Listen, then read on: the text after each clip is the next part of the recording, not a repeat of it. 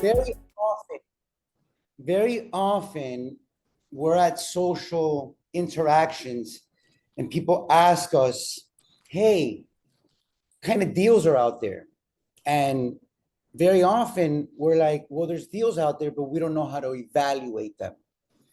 This particular class, we're going to break down multifamily using a really simple three-step process. So I'm going to simplify things for you. And if you have any questions along the way, please feel free to just raise your hand or ask a question, because I want to make sure that we're all on the same page. Let's get right into it. Quick intro about myself, just so you guys know who's teaching the class. I'm not teaching this class based on theory. I'm a 24-year veteran of this industry. Couple of my certifications.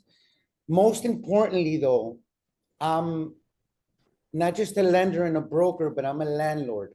So over the past couple of years, I've been able to acquire multifamily properties, and they produce cash flow. So in rough times like this, they really help out. This year's been rough for everybody, but when you're cash flowing on 6 properties, it makes sense me. I'm also a partner at Lifestyle International. I'm at the Wynwood office. We deal with a lot of multifamily over there. We're not so residential. We're more investor based. So that's why I'm teaching this class. Let's get right into it, guys. The objectives are going to be clear. In this class, you're going to learn by the end of this session how to understand the benefits of multifamily investing. We're going to learn how to evaluate, like I said, using a straightforward 3-step process. And you're going to be able to walk away with the confidence of knowing that when somebody asks you, hey, is that a deal? You're going to be able to tell them yes or no. Let's get right into it. Before we get into that, guys, I'm going to talk to you briefly about some benefits of multifamily investing. Briefly. We all know cash is king. Cash flow is very important. When you have 10 properties and at the beginning of the month, you cash flow, it's a great feeling. That's number one benefit of multifamily. Lots of cash flow. 2, leveraging. It's important that you know that as rents go up, properties, the value rises. Also, properties get rezoned, and as they get rezoned, that the land value becomes a lot higher. When it does, you can leverage your property and borrow against the property, and most people do. They cash out using the rental income as income on what you call a DSCR loan, and leverage is very important when you're dealing with multifamily. Also, it's a tangible asset. Unlike Bitcoin and unlike things that are trends, you guys remember NFTs? Everybody was into NFTs and NFTs. How ridiculous do those sound now, right? An untangible asset that isn't producing, isn't my definition of a valuable asset, of a good investment. Everything we're talking about, you can touch, so it's tangible. Tax benefits. I'm not going to get into it because I'm not an accountant, but my accountant handles all my tax write-offs. Anything from maintenance workers to going to Home Depot to buy something for one of the houses, everything gets deducted, depreciation. So if you are a top producing agent or you are producing and you're making a lot of income, one great way to write off this income is by purchasing multifamily properties. Lastly, I think this is very important, believe it or not, generational wealth. None of the properties that I have been given to me. Everything that I have, I've earned. Bought my first property when I was 22 and 20 in 2002, 22 years ago. First property that I bought. And it was residential. I ended up selling it for an investment property, but you got to start somewhere, right? Most people start by buying a duplex and they start collecting these properties, multifamily. I've never met somebody that just owns one duplex. The majority of people that are multifamily landlords tend to own four, five, six, and then they sell those properties eventually to buy buildings. Eventually, that's the end goal. But generational wealth is extremely important. Um, any questions so far? We're good. Awesome. Okay. How do we evaluate a property in 3 easy steps? Now, how do we evaluate this good deal, guys? 3 easy steps. First of all, we're going to gather all the property information. We're going to run your multifamily metrics. And we're going to run your final decision-making framework. What do I mean by that? Gather all the information correctly. Don't go off the MLS because everything on the MLS is completely off, right? Taxes are off. Rent rolls are off. Most salespeople to try to sell the property, they're putting inaccurate information. So one great way to fail in this industry is by trusting the information that you see on the MLS. Everything that I ever go on is stuff that I research myself. A quick trip to Miami-Dade County public record search will tell you what the taxes are, if the taxes are up to date, so you can get some accurate figures and not go off of something that somebody's telling you, but go off of real facts.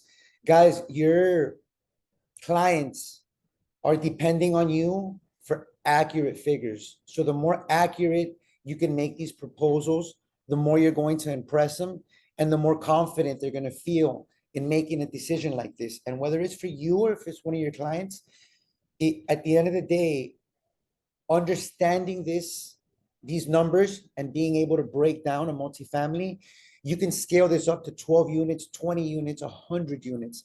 It's the same math. So once you know this math, you understand. Let's get right into it. Step number 1, we're going to gather all the property information. That property information is going to consist of rental income, property expenses, right? We have your taxes, you have your insurance, you have your monthly maintenance fees.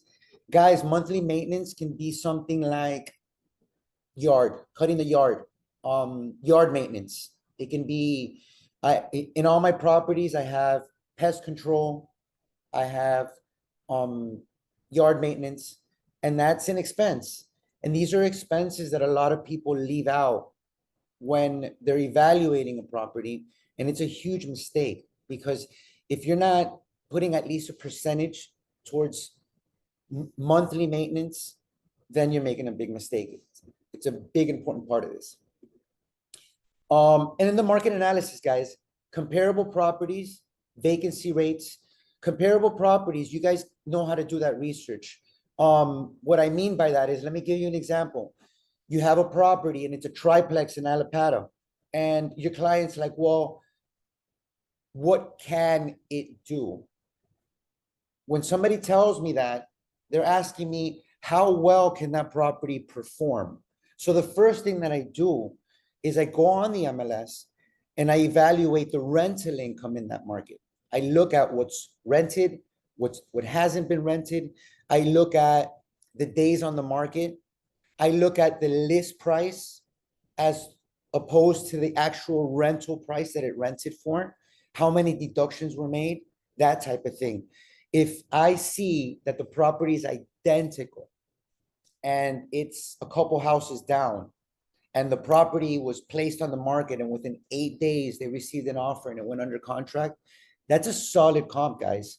But if I see something that everybody's telling me, oh, the property is going to rent at $5,000 in this particular neighborhood, and then I take a look at the neighborhood and I look at comps there that have been sitting on the market for 2 or 3 weeks at that figure and they haven't rented, obviously that's inaccurate information.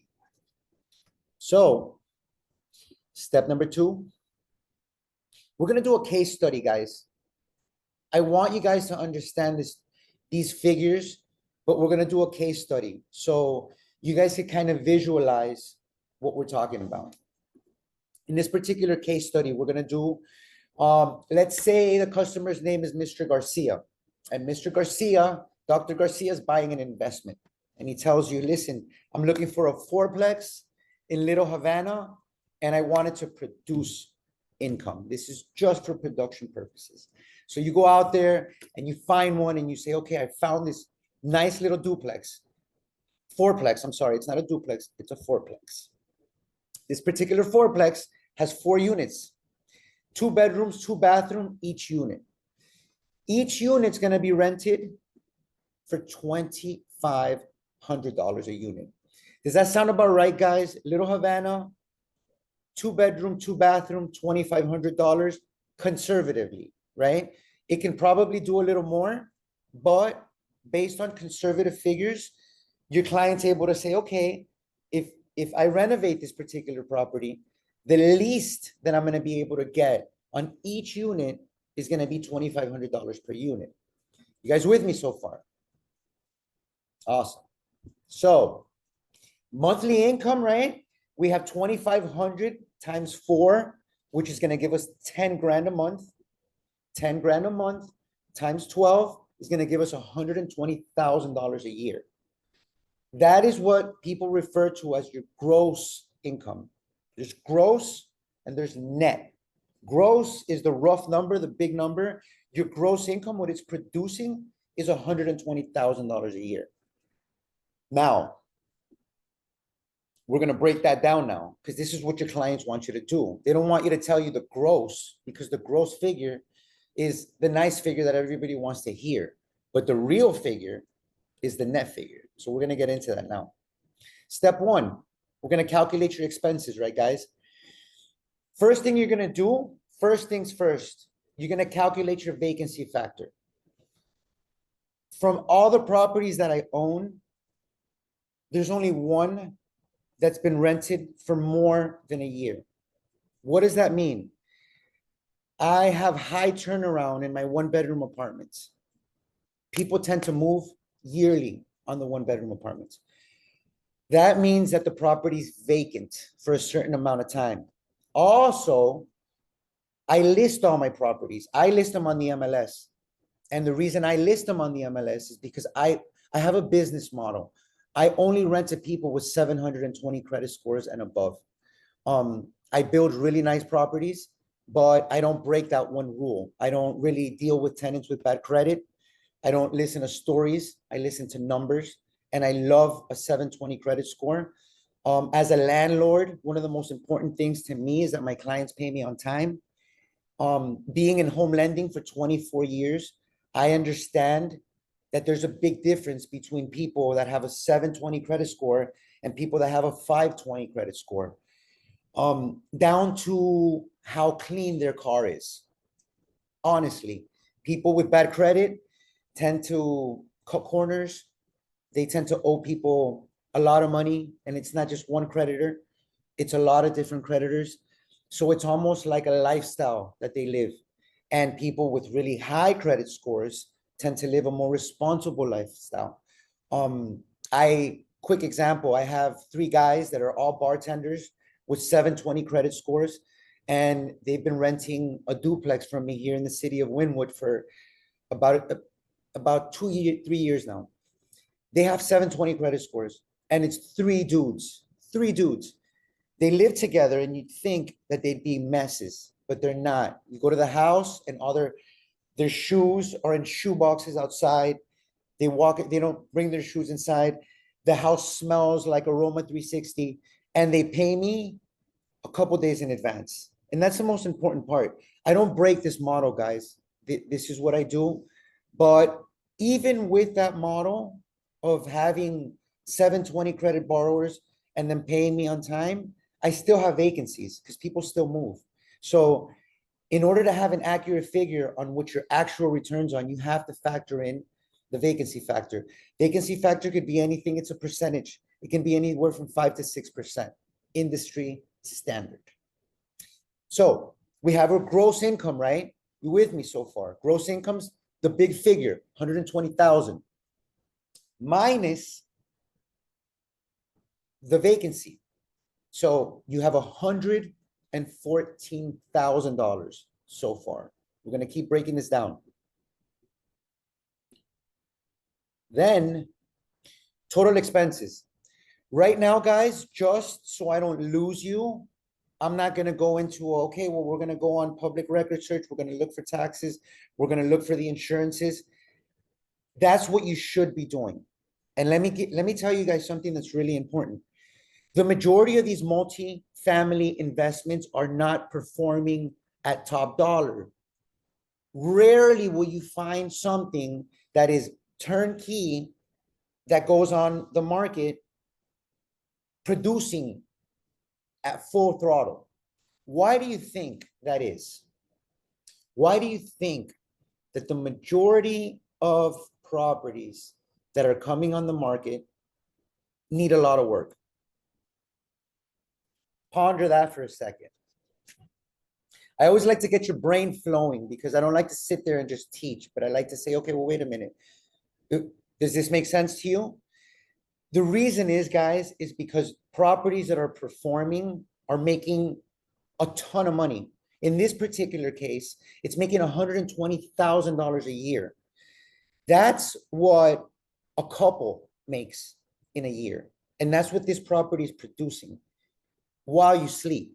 So at the end of the day, taxes, insurances, all of these expenses should be factored.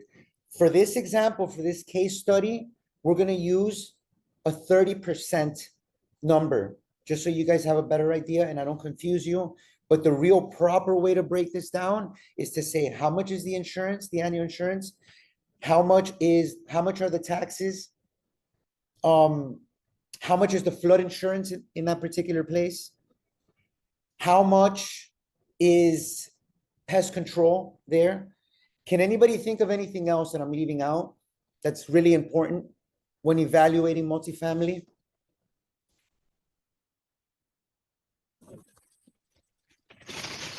Anybody? Maybe a super, like a super, somebody that they have on call. Super, that's a good one.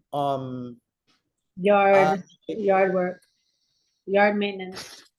Yard maintenance, okay. Landscaping. You guys are forgetting a really important Utilities.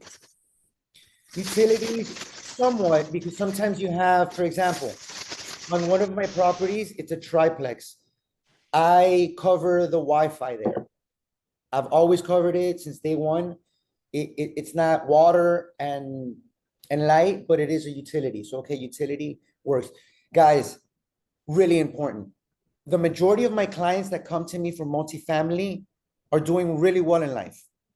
This is a side thing for them. This is not their main thing. It's doctors, it's people that inherit some money and say, wait a minute, I want a tangible asset that I can touch and that it's 100% mine. Another thing, guys, people that invest in multifamily tend to know that the worst investment that you can ever make is probably a condo. And people like myself that invest in multifamily hate condos. I live in a condo, I rent a condo. And that's another funny thing because people are like, you rent? And I'm like, absolutely, I rent.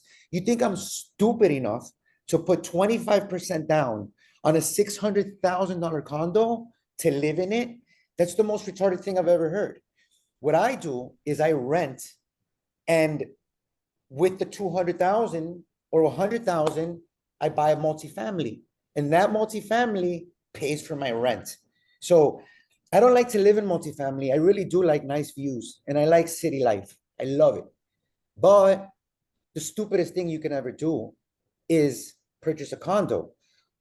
Aside from 40-year certifications, aside from miscellaneous assessments that we've all heard of, like this last 16-year-old building, 1060 Brickell, $21 million assessment. It's ridiculous, guys. Could you imagine moving into a building that's 16 years old right? So your elevators new, lobbies new, gyms new, and you're like, okay, cool. A year later, you get hit with an assessment of $230,000 because the pool is broken. Now, what did you have to do with that pool being broken? Absolutely nothing. But who's going to pay for that? You and all 400 residents of that condo association. I couldn't think of anything dumber, really. With multifamily, if you lose a property, it's because you lost it.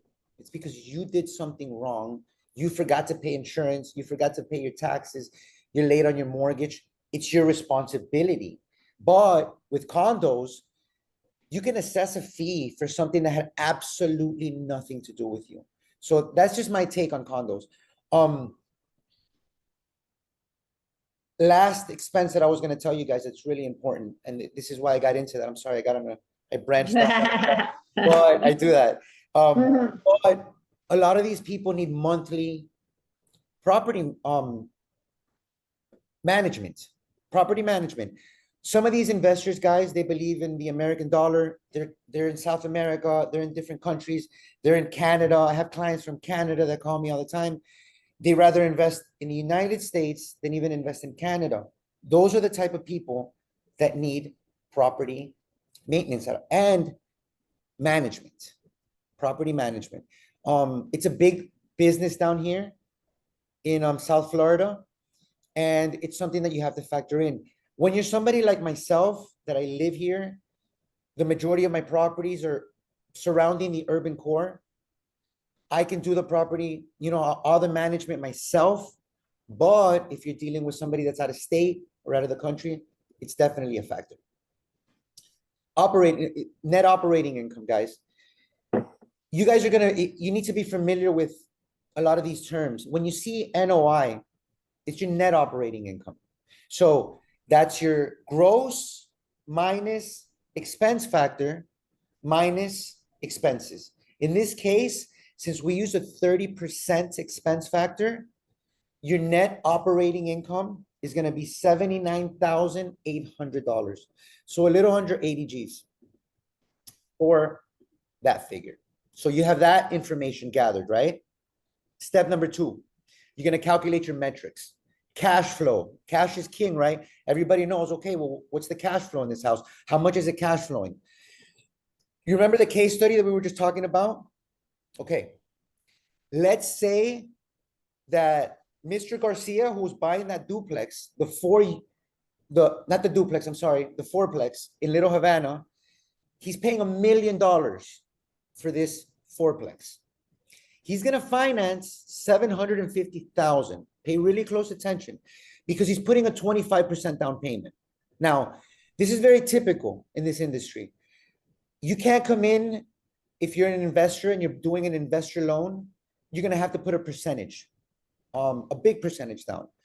If you're buying it as a primary, it's a different story. Like if it's your first primary residence, you can purchase up to $850,000 with a 3% down payment if you're going as a primary. So if you're buying it for yourself, guys, that's a completely other seminar that I'll do, how to purchase property for yourself using the least amount of money. But for right now, this particular person that we're using for the case study, he's an investor. So he puts 25% down on $1 million, right? So he's going to finance $750,000 at a 7% rate. Sounds about right. It's an investment, so it's not going to be at the lowest rate, but it's also not going to be at a 12%, like a hard money rate. This is a typical non-conforming bank that's going to lend him money, let's say 6.997% for numbers purposes, right? So $49.89 is his monthly mortgage outgo, right? With me so far. Times 12 gives you $60,000 of interest that he's going to pay on this particular loan. So your cash flow, guys, is your net operating income. Remember the 80 grand that we just talked about in the last slide, 79.8 minus the mortgage payment. Cash flow is 19,932. And you're like, wow, that's not a lot of cash flow. We'll get into that in just a second. Cash flow divided by down payment gives you your cash on cash return. Who's ever heard on cash return? COCR. It's a common term used in this industry. Cash on cash return. So people are saying, okay, well, wait a minute. How much am I making? Divided by how much did I put down, right? Think about the figure. How much am I making on a yearly divided by how much I put in? Mr. Garcia, in this particular case, in this case study, Mr. Garcia put down 250,000. If you divide the 19,932, you get 7.9%. Wait a minute. 7.9%. Cap rate. Who's ever heard of cap rate? Cap rate's a really important figure that we have here. Cap rate, the formula, these are your metrics, guys. So the cap rate is your net operating income divided by the sales price. In this particular case, remember the net operating income or the 80 grand that we were talking about, right? Net operating income. How much cash is coming in, right? Minus expenses. That's your net operating income. You divide that by your acquisition price. Guys, like I told you, this formula, you can do this formula on a $200,000 duplex. You can do this formula on a $16 million building. It's the same formula. So once you understand the formula, nothing really intimidates you because you're able to do these figures and you're able to calculate percentages, which is what you're looking for. Now, if you grab the 80 grand and you divide it by the $1 million that he spent, you have your 7.9%. I'm sorry, your 0.079, which is roughly a little under 8%. 0.079 is almost 8%. Remember that figure. Remember the 8%. Now, last step. This is your decision-making framework. Is this deal a deal or is it not a deal, right? Step number one, you've gathered your information. You've gathered all your rental income. You've gathered all your expenses. Step number two, you grab your metrics and you have your figures. Step number three, you evaluate. So in this last step, we're going to evaluate, guys. Positive cash flow. Is your cash flow positive? Very important figure. When you're calculating these figures and your cash flow is negative, an example, the rents aren't producing what your expenses and your mortgages are equal to. That deal's a no. That's the first definitive no. Second, your cash on cash return. I just talked to you guys about that. Very important that you know that. COCR. Is it greater than a bank CD rate? Let me explain to you why. Wealthy people put away money and they like their money to be making money, always. Why do people invest in real estate? Because there's two different cap rates. There's two different rates. There's what you're making on a monthly basis, and there's the equity that the property is accumulating. The accumulative wealth is the big figure. We're not talking about that right now. We're talking about your monthly cash flow. How well is it going to do on a monthly basis? And is this going to be feasible to an investor? Now, why would I compare that with a bank CD? Because somebody can grab $100,000, buy a bond, get paid 5%, put it away for 5 years, and cash it out 5 years later. So if somebody's going to invest in a multifamily, you need to find out what your bond rates are doing today because they change, they fluctuate. Just like rates change, bond rates change. So most investors are going off of bonds because those are the most conservative. That's the most conservative way of investing. And it pays you 5%. So if your cash on cash return, do you guys remember I just talked to you about that 8% figure? If that 8% figure would be at a 4% figure, it's no deal. And why? Because if you're calculating an investment and your investor's making 4%, your investor just turns right back around and says, listen, Why would I invest in 4% when I can just go buy a bond? Bond's gonna pay me 5.5%, no risk, no closing costs, no nothing. Put the money away and make my money back. So you have to familiarize yourself with what the bond rates are doing. You can look them up online, literally Google what's today's bond rate, what are bonds paying today, and you can find that figure out. But one of the three ways to evaluate the property is to see what percentage it's making and is it greater than today's bond rate or a CD. Cap rate comparison. Cap rate. Who's ever heard of cap rate? Cap rate, really important. This is the neighborhood comparison is what I'm talking about. Now, that 8% that I've calculated, I know that this sounds daunting to do, but everything is manageable and everything you can evaluate. If you can go on the neighborhood that you're evaluating and look at the last 3 multifamily properties that were sold and evaluate the rents versus the expenses, this is the deciding factor, the neighborhood cap comparison. This will tell you, is it a really good deal? Because you're going to look at the last 3 sales that sold in that neighborhood. In this particular case, you're going to look at the last 4 unit buildings that sold in Little Havana. And you're going to say, from those 4 unit buildings, how well were those buildings doing compared to what I'm buying? An example, if the last building that was sold at 1.2 million and the rents were doing $8,000, then you're doing great because you're buying for less and your rents are higher. In a nutshell, that's what it is. It's evaluating the last 3 multifamilies there, looking at them as investments, not like a residential evaluation, but really evaluating what the person purchased them for, just like you evaluated your subject, and comparing them to your property. Final step, decision-making framework, right? This is yes or no. If the cash flow is not positive, it's a no. There's no breaking even. There's not even close to breaking even. If the cash flow is not super positive, it's a hell no. Cash on cash return. It should exceed a long-term bond, like I said, or a CD. Minimum that people are looking for. Who's ever heard of, oh, I'm looking for a 6%? It's common that people say that. That's probably the minimum that they're looking for. Typically, my clients are looking for 7 to 8% returns. They're looking for better deals. The case study that I just broke down to you guys, the 4 unit building in Little Havana had an 8% cap rate. Just so you understand that these deals do exist, right?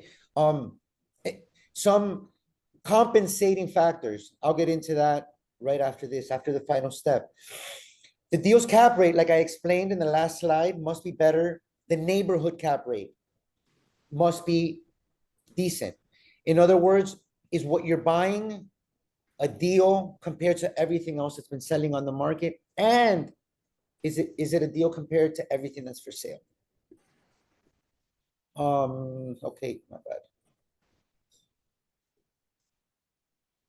Final step, and then some key considerations, guys. These are, aside from the figures, these are some key considerations that you need to consider when you're evaluating these properties, right? 1, neighborhood demographics. I love Wynwood, but it's too expensive. Land value alone in a property in Wynwood on anything that's falling down is $1.5 million. And really, it's because it's been rezoned. Everything here you can build up. A lot of these properties, they're doing assemblages. The entire urban core right now is extremely expensive. And what I mean by urban core, I mean the areas surrounding greater downtown Miami.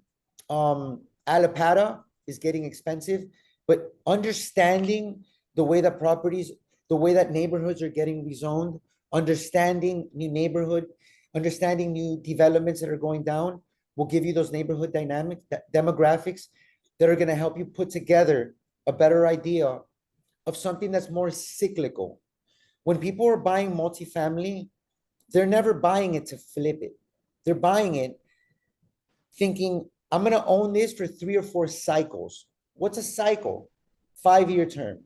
So they're saying, I'm going to own this property 10 years, 15 years, cash flow in the meantime, accumulate some wealth, but eventually sell it off for something bigger. Neighborhood demographics, needed repairs. Guys, one of the most important factor when I'm calculating expenses here in South Florida is property insurance. You look at one of these duplexes that they look like they're falling apart and they have bars on their window. You're not going to be able to go to an insurance company, at least a private one, and get an insurance policy. What's going to happen? You're going to need to get a temporary insurance policy. Some of these properties have bad roofs. They have those old windows that don't even open and close. So what happens? The only way you get insurance is by having a 4-point inspection and a wind mitigation inspection. What happens? You call Max Home Inspection. Max Home Inspection goes out there, gives you back the report, and the reports, it fails miserably. Now, I don't mean to be a Debbie Downer. Bless you. Thank you. I don't mean to be a Debbie Downer, but that's what happens. The majority of these properties, like I told you, they're not producing. And since they're not producing, they're going to have old windows. They're going to have leaky roofs. They're going to have everything that can go wrong will go wrong, because it's usually owned by old people that pass them down when they die. Typically, that's what happens, guys. Probate, a little viejito dies. They own 10 of these. Their family splits them up.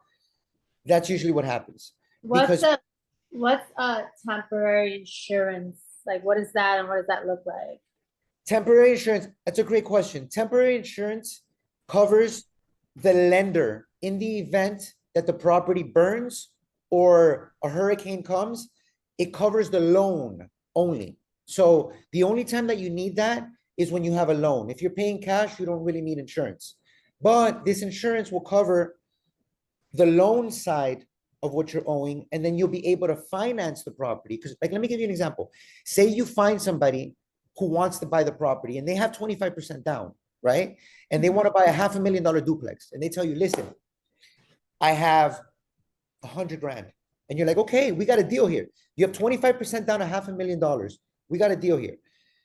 You go out there looking for a duplex, and the only thing you can find, it looks like it's falling apart. It's a nice duplex. It's in a great area, but it needs a little TLC. Typical situation, right? Since that person needs to go get a loan, that person needs to get property insurance, but the property failed inspections miserably. You look at the inspection report, there's red everywhere, new roof, no life, broken windows, and you're like, holy shit, what do I do? What you do is you contact your insurance connect and you say, listen, I have a really big problem. I need emergency insurance for a year that's going to cover the bank because my property failed inspections. So this is when your insurance agent, you should have on speed dial. You call your insurance agent at 8 o'clock at night and you say, I have an emergency. I need your help. They tell you, okay, I'm gonna give you this insurance policy. Now what happens? This is what typically happens. Your client has no intentions of renting that property in the condition that it's in.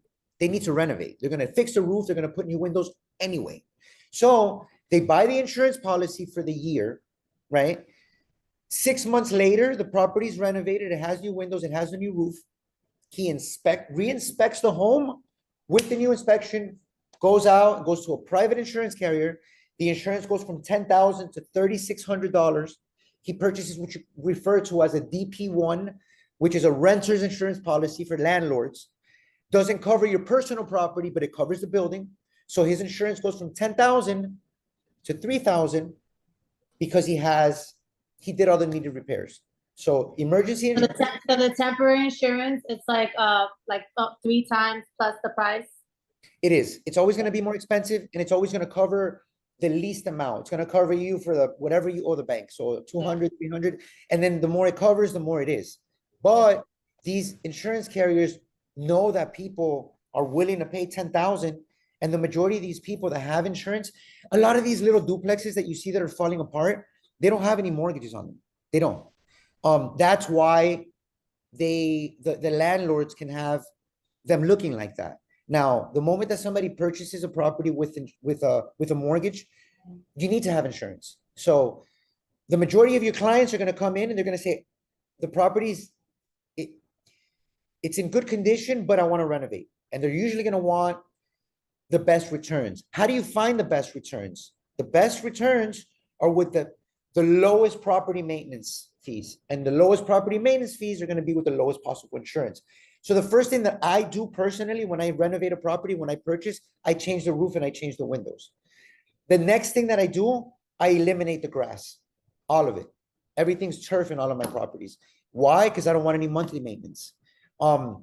There's little patches of grass that like grow right outside the houses, and I got to pay a couple bucks for that. And they come and clean the backyard every now and then. But aside from that, everything is either rocks or it's turf. So there's some initial things that I do specifically when I buy a property, but it's only to secure that I'm getting the best returns, because I don't want to pay an insurance company $10,000, because if I'm paying 10, that's $7,000 less than I'm putting in my pocket. Does that make sense?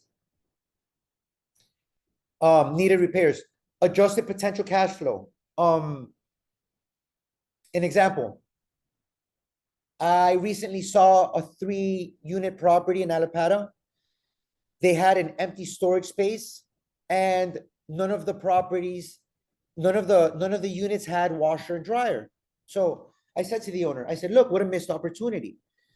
There's a 12 by 12 foot storage, the concrete storage.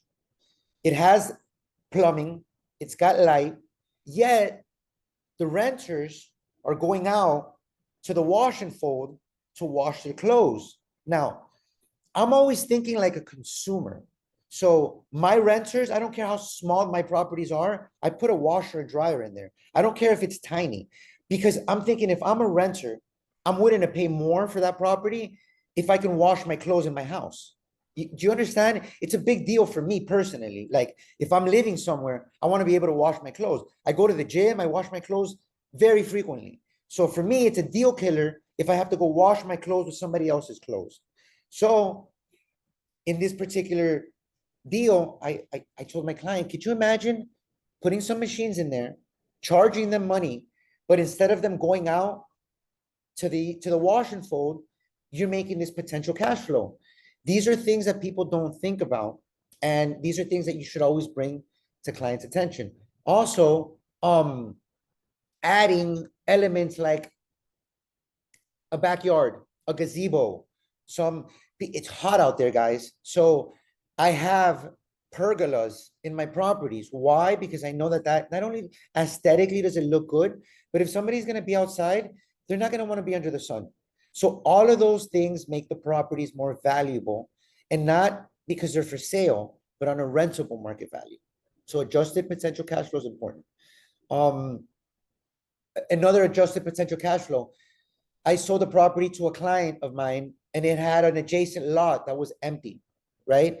It was about a block away from one of the best marinas in all of Fort Lauderdale. So I said, listen, Rosie, you have a humongous lot right next to you that you're not using.